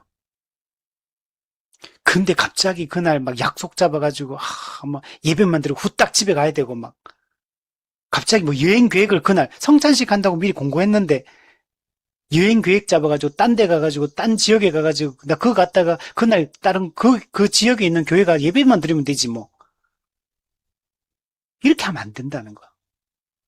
만사를 제쳐놓고 물론 주일 자체가 그렇지만 특히 더 성찬이나 세례식을 거행할 때는 더더욱 또 모든 일상의 삶을 미리 정돈하고 다른 문제가 생기지 않도록 참여하지 못하고 이 은혜를 놓치는 거거든요. 그러면 그 사람이 교회됨도 잃어버리게 되고 복음의 은혜도 잃어버리게 돼요. 놓치게 되는 거죠. 우리가 한 몸으로 교회로 부름받았다는 것을 그 한 성찬에 그 지역 교회에 있는 그 정회원들이 참여하면서 함께 경험하면서 우리가 한 몸의 교회구나. 우리가 이 은혜에 함께 그리스도의 살과 피에 동참한 그 은혜를 받은 그런 자녀들, 은혜의 그 약속의 자녀들이구나. 라는 걸 느끼면서 깊은 은혜를 서로가 경험하는 게 중요해요. 근데 요즘에 또 이런 막 어린이 성찬 그래가지고 막 차별하면 안 된다. 모든 성도는 성찬 다 받아야 된다. 그 다른 교회 성도도 참여하게 하고. 근데 요즘은 그다 애들도 소외감 느낀다. 애들도 미리 나와가지고 하더라고 막. 애들도 아직 세례도 안 받고 입교도 안 했는 애들을 그냥 나와가지고 성찬도 주고 떡도 주고 잔도 주고 차별하면 안 된다. 애들도 은혜 받아야 된다. 이런 식으로 하더라고요. 정말 그렇게 하면 안 되는 거예요, 여러분. 세례를 함부로 주면 안 되듯이 성찬에 함부로 참여하면 고린도전서 11장 약해지고 약하고 병들고 죽어요, 여러분. 성찬을 잘못 참여하면 병들고 약하고 죽는다고 말해요. 고린도 교회에 그런 일이 실제로 일어났어요. 고린도 11장에 보시면. 그는 복음과 복음의 결과로 탄생한 교회를 복음도 모르고 교회도 모르는 사람한테 그걸 함부로 그렇게 시행하면 그 의미가 짓밟히게 되기 때문에 그 영혼에게 좋은 게 아니에요. 그 영혼을 해치는 일이 돼버려요, 그게. 근데 그냥 애들 차별하면 안 된다. 그러면 세례 과정이 왜 필요하고 성찬의 과정이 왜 필요해? 그냥 교회 오면 무조건 다 주는 거지, 뭐, 보편적으로. 말이 안 되는 것들을 지금 이렇게 하는 경우가 많아요. 또, 이 세례도 성찬도 합법적인 사역자에 의해서 해야 돼요. 반드시 목사에 의해서 집례돼야 돼요. 여러분, 공적 설교, 공적 양육, 공적 권징 아무나 합니까? 공적 지도, 생활 지도, 말씀 지도를 아무나 합니까? 공적 권한을 그리스도로부터 위임받은 합법적 사역자에 의했으면 돼요. 근데 그걸 갖다가 교회도, 지역교회도 아니고 이상한 어떤 단체에서, 교회 바깥에서, 그것도 목사가 아닌 사람에 의해서 이런 것들을 그냥 우리가 그 의미를 기억하면 은혜롭지 않냐. 말도 안 되는 것들이요. 그러면은 그 복음의 의미가 변질이 되게 돼 있고 교회 질서가 무너지게 되고 성례의 거룩함이 무너지게 되는 거. 세례도 성찬도 반드시 교회론적 관점, 지역교회 안에서 해야 되고요. 삼위일체의 관점에서 그 의미들을 밝혀야 돼요. 그렇게 이해하지만 세례와 성찬이 예수님께서 이걸 제정하셔서 주고자 하는 그 은혜를 우리한테 전달할 수가 있게 되는 겁니다. 자, 그래서 요 의미들을 우리가 잘 알아야 된다. 자, 그리고 떡과 포도주 그 자체에 무슨 신비한 힘이 있는 게 아니에요. 떡과 포도주 자체는 그냥 상징일 뿐이지 그 자체에 무슨 효력이 있다. 뭐 성스러운 떡이다. 뭐 성스러운 물이다. 뭐 포도주다. 그렇게 생각하면 안 됩니다. 그냥 그 자체는 의미가 없어요. 그리고 의식 그 자체, 성찬을 거행하는 그 의식 그 자체, 뭐 복장이라든지 순서라든지 그 예식 그 자체에 무슨 효력이 있다고 생각해서도 안 돼요. 그 가톨릭 같은 경우는 이런 것에 자꾸 의미를 부여해가지고 그 떡과 잔 그 자체, 그리고 의식 그 자체, 집례자 그 자체의 의미를 두거든요. 그 다 잘못된 거예요. 물론 바르게 시행을 해야 됩니다. 그 말씀에 따라서. 그러나 그 자체의 효력이 있는 게 아니라 효력은 하나님이 그 복음을 통해 주는 약속에 근거하고 있고 성령의 역사에 의해서 그 효력이 발생되는 거예요. 그리스도가 성취하신 복음의 그 은혜와 성령의 역사에 의해서 그 성찬의 효력이 발생하는 거지, 가시적 표시와 의식 그 자체에는 아무런 능력이 없다. 이걸 우리가 분명히 이해해야 됩니다. 자, 169문 보면 성찬식을 통하여 그리스도께서 떡과 포도주를 어떻게 주고받으라고 명하셨느냐. 자, 성찬이 구체적으로 어떻게 집행돼야 되나, 집례가 돼야 되느냐, 시행이 돼야 되느냐, 그리고 이 성찬을 받는 수찬자는 어떤 태도를 가져야 되느냐, 어떤 마음으로 참여해야 되느냐, 이제 그걸 물어보는 겁니다. 자, 그리스도께서 성찬의 성례를 거행함에 있어서, 자, 여기 보시면 누가 거행합니까? 그리스도께서 거행하는 거예요. 목사는 그리스도가 성찬을 거행하는데 그리스도를 대신해서, 그리스도를 대리해서 성찬을 집례하는 거예요.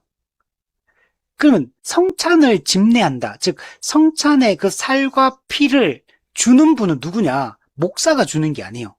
그냥 그리스도를 대리할 뿐이고, 목사는 그리스도가 주시는 거예요. 그리스도가 성찬을 집례하시는 것이고 그리스도가 살과 피를 나누어 주시는 거예요. 근데 누구를 통해? 합법적 사역자, 그 말씀을 위임받은, 그 말씀을 위임받고 공적으로 가르치는 목사에 의해서 집례가 될 때 그 그리스도의 집례가 되는 거예요. 요걸 우리가 잊지 말아야 돼요. 근데 아무나 아까 말했지만 집사님이, 권사님이, 장로님이 아니면 성도들끼리 우리끼리 모여가지고 몇 가정 모여가지고 우리끼리 떡 포도주 막 준비해놓고 우리끼리 막 나누면서 이 성경 읽으면서 집에서 막 해. 그렇게 하면 안 되는 거예요.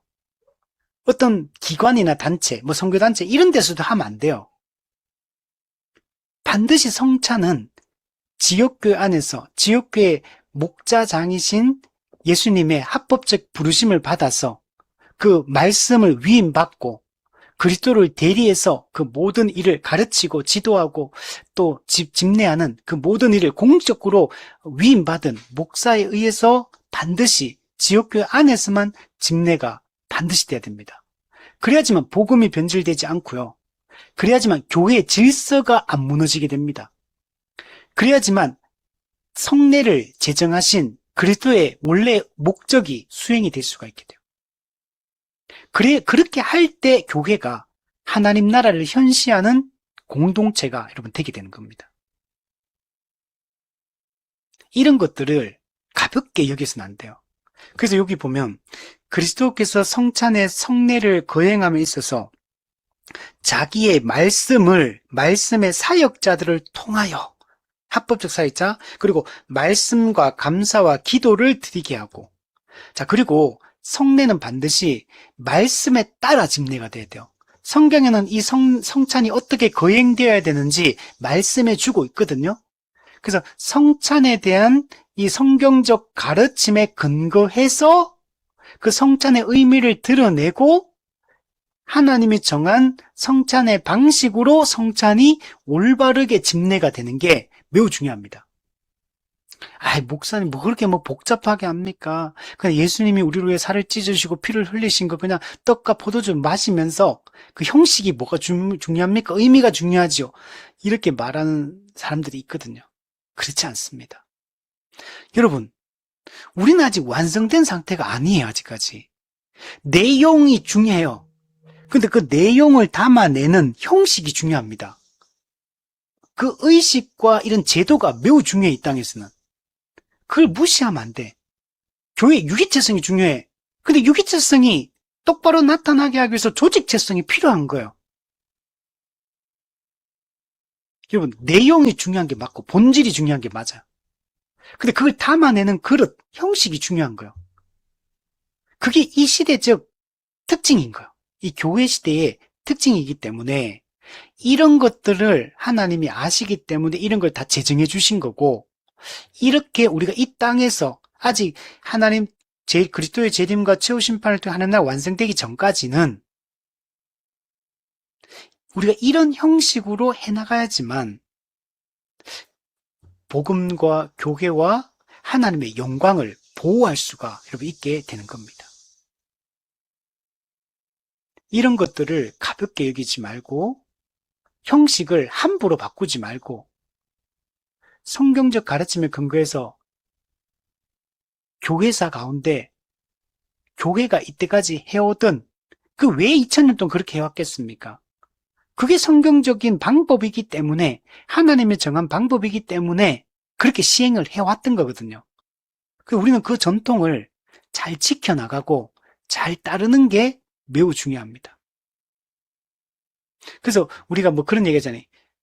결과가 중요하다. 뭐 맞죠. 결과가 중요하죠. 근데 그 과정이 올바라야 돼요. 모든 게 그냥 겉으로 볼 때 그냥 결과가 좋은 것처럼 보이는 그런 게 되는 게 중요한 게 아니고 모든 게 그 과정도 성경적인 방식이어야 되고 결과도 성경이 말하는 그 결과가 나와야 되는 거지. 우리 인간적 기준에 의거해서 우리는 좋은 열매 맺었다 이렇게 판단해서는 안 돼요. 성경이 말하는 그 열매를 맺어야 되는 거거든요. 그래서 이걸 우리가 잊지 말아야 된다. 그래서 그리스도의 부르심을 받은 합법적 사역자, 그리스도를 대리하는 자에 의해서 권위를 공적으로 위임받은 자에 의해서 반드시 집례가 되어야 된다. 이걸 잊지 말아야 됩니다. 자, 그리고 뒤에 보면 아까 말했지만 성찬은 말씀과 절대로 분리되면 안 돼요. 성찬의 이 방식, 이 모든 게 말씀과 분리된, 말씀을 통해서 그 의미도 가르쳐주고 있고 그 형식도 가르쳐주고 있기 때문에, 그래서 말씀의 가르침을 따라서 성찬이 거행되는 게 중요하다. 또 뒤에 보면 성찬에 참여하는 자들에게 떡과 포도주를 나누어 주라고 하셨다. 수찬자들은 같은 결정에 의해서 그들을 위하여 그리스도께서 몸을 떼어 주시고, 여러분, 이 성찬, 살과 피는 누구를 위해 준 거냐면 그들을 위하여, 즉 우리를 위해서 예수님께서 자기 살과 피를 떼어 주신 것이다. 이렇게 생각해야 되고, 그래서 그 몸을 떼어 주시고 그 피를 흘려 주신 것을 감사히 기억하면서 떡과 포도주를 먹고 마셔야 한다. 자, 그래서 수찬자들은 그 성찬에 참여하기 전부터 성찬의 은혜를 사모하면서 성경을 읽고 기도하면서 그리스도의 그 성육신과 죽으심의 그 의미들을 기억해야 돼요. 그래서 말씀을 읽으면서 준비하고 당일날 성찬식이 거행되어질 때 그때 목회자가 말씀을 통해서 성찬의 의미를 먼저 선포하고 누가 참여할 수 있는지 또 어떤 사람이 참여할 수 있는지 그 기준점들을 또 제시해 줍니다. 그러면 그걸 잘 듣고 또 성찬의 그 의미를 기억하면서 그 눈으로 오감으로 만지고 입 맛보고 눈으로 보고 또 누가 참여하는 사람들인지 누가 한 몸 한 가족인지 누가 우리의 교제의 대상인지 이 땅에서 그걸 명확하게 살피며 누가 우리가 함께 참여하는지 이런 걸 보면서 그걸 다 기억해야 돼요. 구원론적 의미도 기억하고 교회론적 의미도 기억하고 또 하나는 미래의 천국 잔치를 천국에 들어가서 맛보게 될 천국 그 잔치를 이 성찬을 미리 앞당겨 와서 누리는 거거든요. 언약 식사, 천국에서 가서 완성된 나라에서 함께 맛보게 될 그 언약 식사를 미리 앞당겨 와가 지금 여기서 언약 식사를 하는 거거든요. 그래서 장차 그리스도의 재림과 하나님 나라 완성 이후에 모든 하나님의 백성들이 삼위 하나님과 함께 맛보게 될 그 천국 잔치를 기대하고 소망하고 바라보면서 지금 여기서 이 떡과 잔에 참여를 하는 겁니다. 그래서 성찬은 세 가지 의미가 있어요. 구원론적 의미도 있고 살과 피의 의미. 두 번째, 우리가 누가 한 몸에 속한 한 지역교회 성도인가, 누가 우리의 교제의 대상인가 이걸 확인하고, 세 번째, 천국 잔치를 미리 앞당겨와서 미리 맛보는 것. 이게 성찬의 세 번째 의미입니다. 자, 마지막 170문. 성찬에 합당하게 참여하는 자들은 어떻게 그리스도의 살과 피를 먹는가? 자, 요거는 무슨 말이냐면 떡과 잔을 먹고 마시는데 이게 우리 교회사를 보면 성찬의 의미를 해석이 달라요. 크게 네 가지 성찬에 대한 견해들이 있습니다. 첫 번째, 중세 1000년 동안 시행됐던 로마 가톨릭이 했고 오늘날의 천주교가 지금도 하고 있는 화채설, 그 다음에 루터가 주장했던 공제설, 루터의 제자인 츠빙글리가 주장했던 기념설, 상징설, 그리고 칼빈이 주장했던 영적 임재설, 이 네 가지 성찬에 대한 이해가 있습니다. 그 중에서 우리가 믿고 있는 바는 칼빈의 영적 임재설이 성경적 가르침이라고 우리는 믿고 있고, 우리는 종교개혁의 주류 전통이었던 이 영적 임재설에 근거해서 우리는 지금 성찬을 거행을 하고 있는 겁니다. 자, 첫 번째, 로마 가톨릭의 화채설은 어떤 거냐면 그 성찬식을 거행할 때 그 떡과 포도주가 실제로 예수님의 살과 피로 변한다. 화채설. 그러니까 그 실제로는 떡과 포도주를 먹은 거예요. 근데 떡과 포도주를 먹은 게 아니고 가시적 표시를 먹은 게 아니고 눈으로 볼 때는 아직도 여전히 떡이고 여전히 포도주예요. 그런데 실제로는 예수님의 살과 피로 변했고, 그러면 그 떡과 포도주를 먹고 마실 때 실제로 예수님의 살과 피를 실제적으로 먹는다라고 주장하는 게 로마 가톨릭의 화채설입니다. 근데 아니에요. 이거는 떡과 포도주는 그냥 말 그대로 떡과 포도주, 그 성분 분석해보면 떡과 포도주의 살과 피가 아니에요. 실제로 변하는 게 아니고. 그리고 그거는 그냥 그리스도의 살과 피를 눈으로 보여주는 가시적 표시다. 외적인 표시다.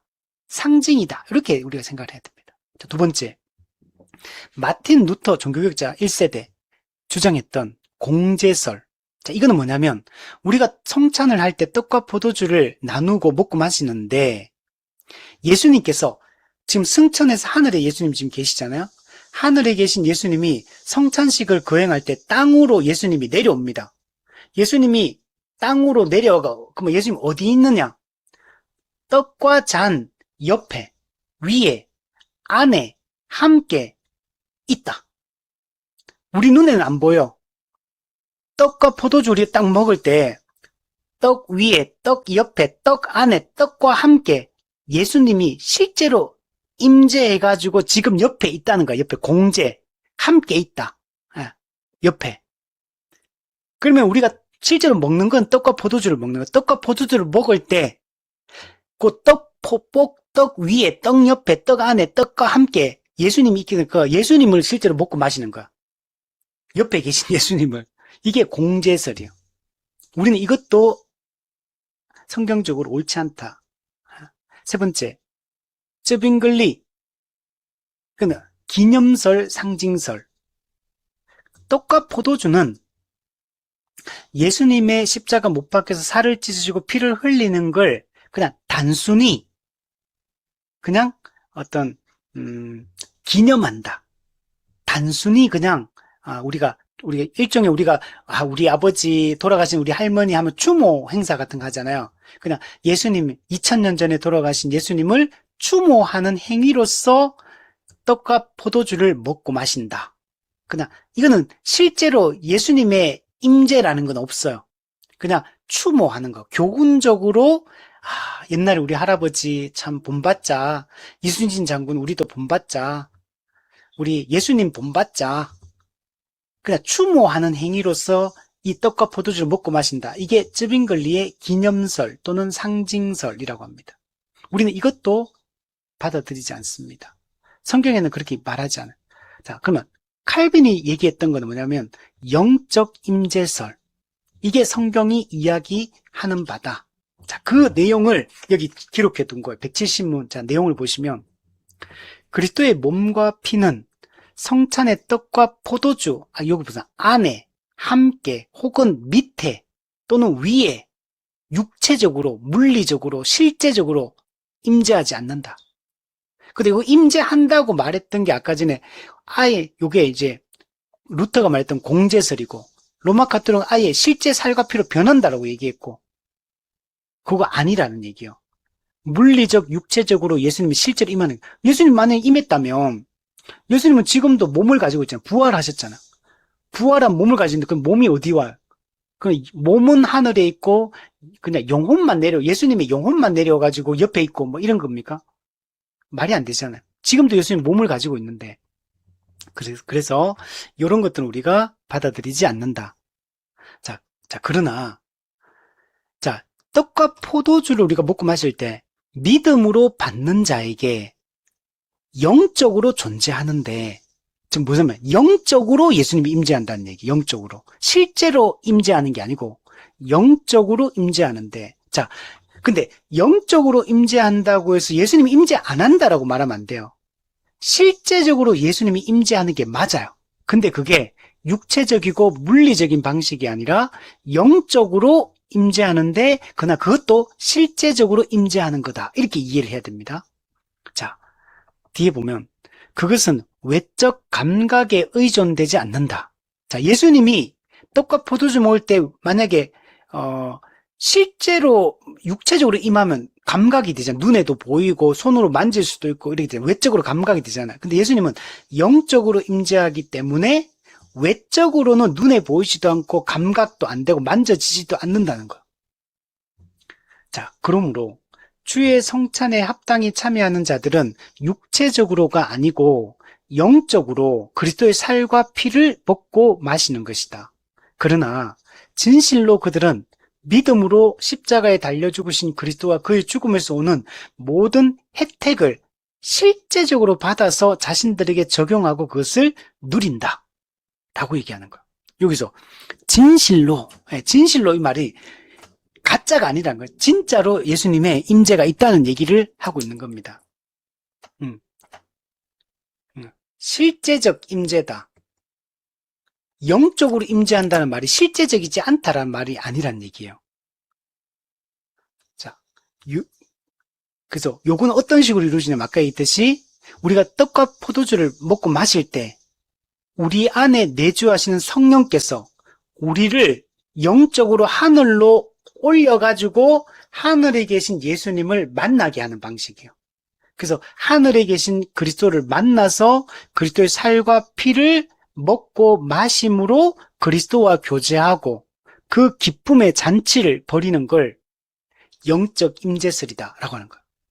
근데 영적 임재설 그러니까 우리가 이 땅에서 떡과 포도주를 먹고 마시면 하늘에 계신 예수님이 영적으로 내려와가지고 육체적으로 오는 건 아니지만 영적으로 내려와가지고 우리 옆에 우리 성찬식 거행하는 그 본당 안에 우리 옆에 와 있는다. 이렇게 이해하면 안 된다는 거.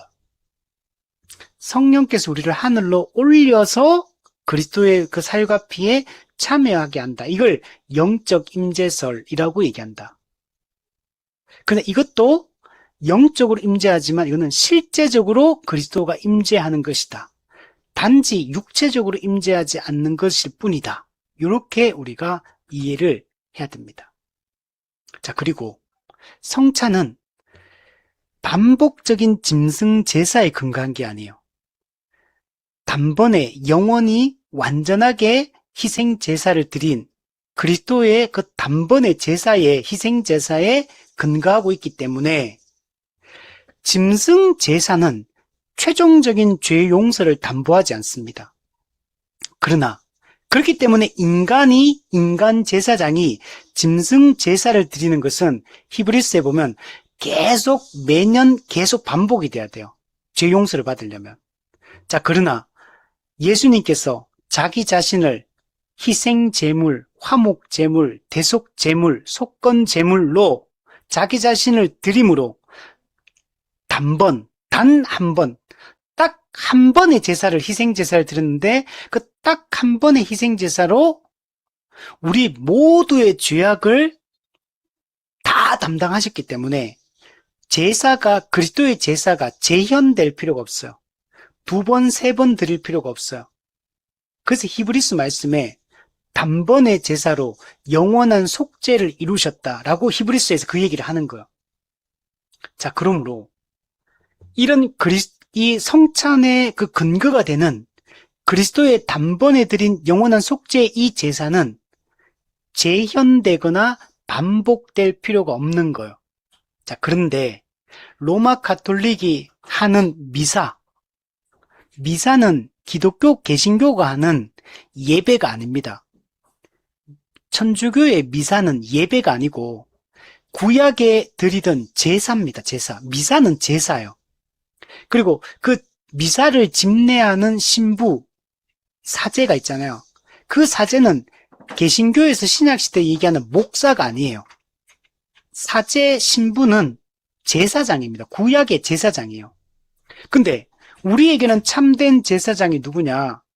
영원한 대제사장, 멜기세덱의 반차를 따르는 영원한 대제사장, 오직 예수님밖에 없어요.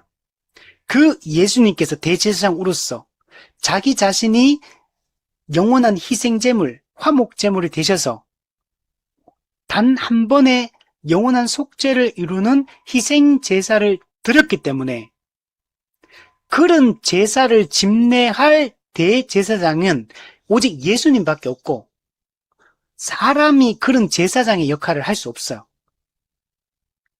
근데 로마 가톨릭에 하는 신부가 미사를 드리는 행위는 그런 속죄의 제사를 드리는 제사장 역할을 하고 있는 거예요. 그거는 예수님만 할 수 있고 예수님 딱 하면 딱 끝난 거야.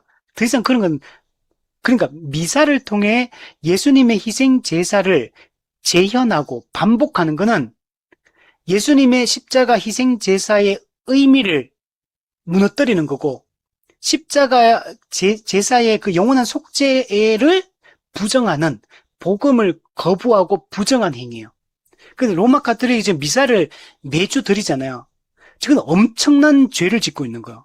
예수님의 단 한 번의 십자가 희생 제사를 부정하는 짓을, 십자가 예수님의 제사가 그게 최종적인 죄 용서를 담보하지 못하는 것처럼 그 희생 제사를 매주 반복하고 있는 거. 근데 물론 로마 가톨릭은 그렇게 얘기 안 해요. 우리는 단지 그리스도의 제사를 재현할 뿐이다. 그냥 그걸 기념적으로 재현하고 있을 뿐이다. 이렇게 말하는 거. 그는 말은 그렇게 하지만 결국에는 그 제사는 딱 한 번으로 끝났다고 히브리서 분명히 얘기하는데 그 제사를 반복할 필요가 없어요. 심지어 개신교 안에도 어떤 그룹이냐, 이스라엘 회복 운동하는 사람들이, 세대주의 쪽에 이 사람들 뭐 하냐면 제사 제도의 회복을 꿈꿔요. 지금 이스라엘 회복 운동하고 유대교도 좀 마찬가지고, 유대교가 아니고 그 메시아닉 주 이쪽 그룹도 이스라엘 회복 운동하는 사람들은 제3성전이 다시 건립돼야 되고, 그 말은 지금 물리적으로 저 이스라엘 땅에 지금 무너져 있거든. 지금 통곡의 벽만 남았거든, 지금. 그 모스크 됐잖아요, 지금. 그걸 다시 성지를 탈환해가지고, 그 옛날에 십자군 전쟁했던 거, 지금도 이스라엘 전쟁하는 다 그걸 외적으로 그런 것들을 깔고 있거든요, 영적으로. 그것들은 정치적으로 하지만, 세속적인 의미도 있지만, 또 그런 걸 주장하는 그 세력들, 정신적인 역할을 하는 사람도 있거든요. 그래서 이스라엘이 지금 중동과 전쟁하는 거 다 그런 의미거든요. 그걸 깔고 하는 얘기들이거든요. 그래서 제 땅을 차지해야 되고, 성전을 회복해야 되고, 그러면 제사장을 다시, 레위인 출신의 그 제사장을 다시 세우고, 다시 짐승제사, 희생제사를 다시 재현하고 반복하는 거. 이걸 지금 꿈꾸고 있는 거예요. 심지어, 한국의 개신교의 어느 모 교회가 그걸 예수님 희생 재현한다고 실제로 양 잡아가지고 그 희생제사를 구약의 짐승제사의 형태를 흉내 내면서 그걸 드렸다고 얘기 들었거든요. 그는 그리스도의 십자가를 부정하는 거예요, 그거는. 개신교가, 종교개혁 전통에 있는 개신교가 그걸 한다는 얘기는 그 복음 자체를 거부하는 거고, 그리스도의 그 희생제사가 불완전하다고 말하는 것과 같은 의미예요. 그래서 그런 것들이 다 잘못된 것이다. 이렇게 우리가 이해되고, 우리는 그리스도가 단번에 영원한 속죄를 주신 그 희생제사에 근거해서 우리는 그 외적인 표신 떡과 포도주를 먹고 마실 때 우리가 영적으로 우리는 그리스도의 살과 피에 참여해서 그 그리스도의 십자가 죽음의 그 효력과 공로를 우린 적용받아서 그 모든 은혜를 충만하게 누리게 되었다.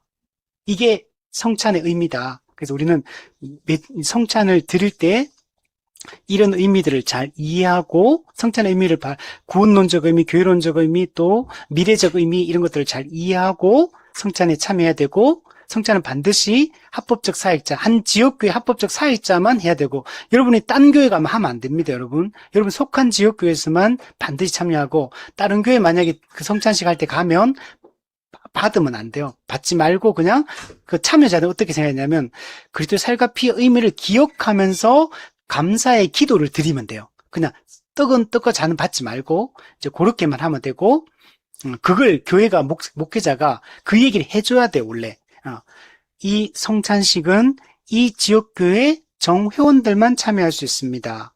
그리고 방문자라든지 아직 세례를 안 받은 사람들이라든지 이제 초신자들이, 이런 사람들은 그 십자가 죽음의 의미를 생각하면서 하나님께 기도하고, 나도 그 은혜를 깨닫고, 보이는 말씀, 성찬에 참여할 수 있는 은혜를 저에게도 허락해 주십시오.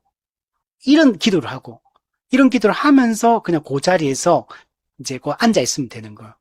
이런 것들을 명확하게 목회자가 성찬식을 거행할 때 얘기를 해줘야 돼. 그리고 누가 참여할 수 있고 또 어떤 사람이 참여되는지, 또 이런 거 우리가 뭐 연약해서 죄를 짓잖아요. 그러면 오늘 싸웠다, 뭐 요즘에 성경책을 좀 안 읽었다, 예배를 좀 빠져먹었다, 내 요즘 이런 상태로는 도저히 부끄럽고 죄송해서 성찬을 받기 힘들다, 이번 성찬식에는 안 받아야겠다, 그렇게 생각하면 안 돼요, 여러분. 그러니까 더더욱더 회개하면서 성찬의 은혜를 사모하면 더더욱더 적극적으로 참여를 해야 되는 거예요. 그런 거는 성찬에 참여할 수 없는 거는 복음 그 자체를 거부하는 사람, 그 복음의 결과로 탄생한 교회를 분열시키고 악의적으로 지속적으로 그 교회를 분열시키고 악의적으로 교회를 무너뜨리려고 하고 한 이런 사람들이 참여하면 안 되는 거예요. 복음 자체를 거부하는 사람, 적극적으로, 고의적으로.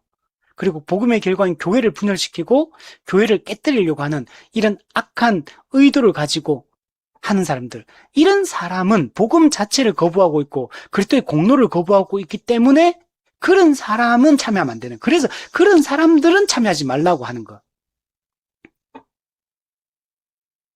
명백한 그리스도와 그 복음을 거부하는 사람. 그런 경우 외에 연약해서 짓는 죄, 요즘 늦잠 자가 예배 좀 빠뜨려 먹고 뭐 좀 말씀 열심히 안 듣고 기도 좀 열심히 안 하고 요즘 좀 나쁜 말 좀 하고 이런 거는 연약한 거예요. 그냥 연약한 거고 아주 부족하고 어려서 하는 행동들이니까 그러니까 더 은혜가 필요하잖아요.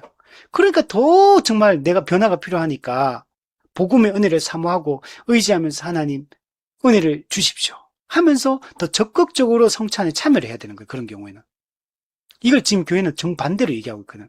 그런 사람은 하지 마십시오. 이렇게 되니까 마음에 찔림이 있어. 뭔가 요즘 좀 내 상태 보니까 좀 안 좋은데 하면 안 되겠다. 이렇게 돼버리는 거예요. 오히려. 좀 정반대로 지금 이해를 하고 있는 거죠. 자, 그래서 우리가 이런 것 의미를 바르게 알아야 된다.